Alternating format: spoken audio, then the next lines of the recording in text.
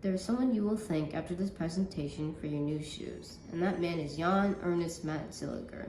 Matzeliger was born on September 15th, 1862, and was born in Suriname, South America.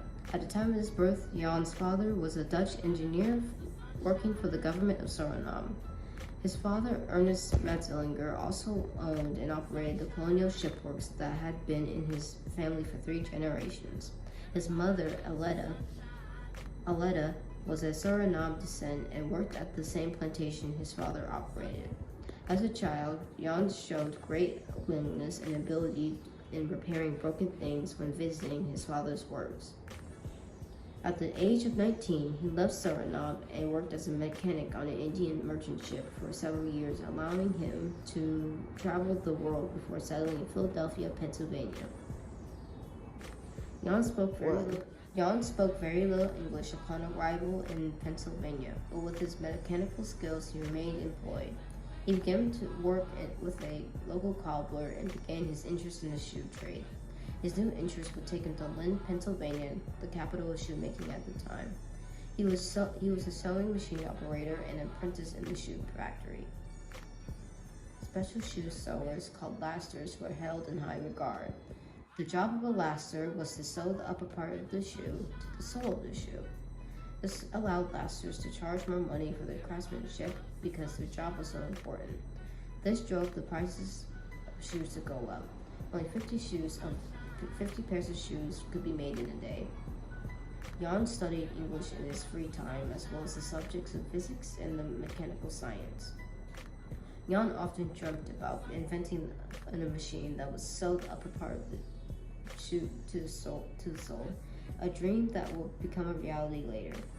Jan invented multiple machines that were unfortunately stolen by other inventors who profited off of them. A reality that was far too common for the melanated inventors. He quietly stayed focused on his goal of creating his shoe machine, so his misfortune was not a burden to him. Despite having no money or resources, Jan stayed focused on creating his machine and relied only on materials he could find to create his machine. A shoe factory gained knowledge of his plans, and out of fear began to bash his work and discourage his inventions. He later sold 66 of the interest in the machine, which allowed him to create 2 further versions of the machine and applied for a patent. After 5 years of work, Matzeliger obtained a patent for his invention of an automated shoe laster in 1883. Matzeliger's machine could produce 700 pairs of shoes a day, cutting shoe prices across the nation in half. Shoemaking was his passion and his demise. Matzeliger sacrificed his health, working hours on his invention, and starved himself over long periods of time. This is what caused him to catch a cold very quickly and turned to tuberculosis.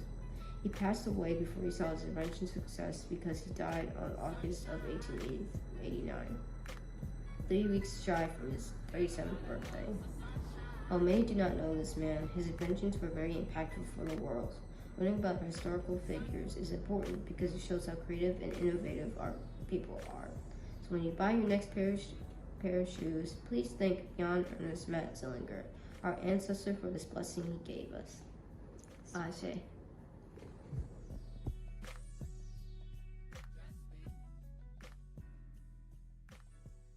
Ashe, Ashe.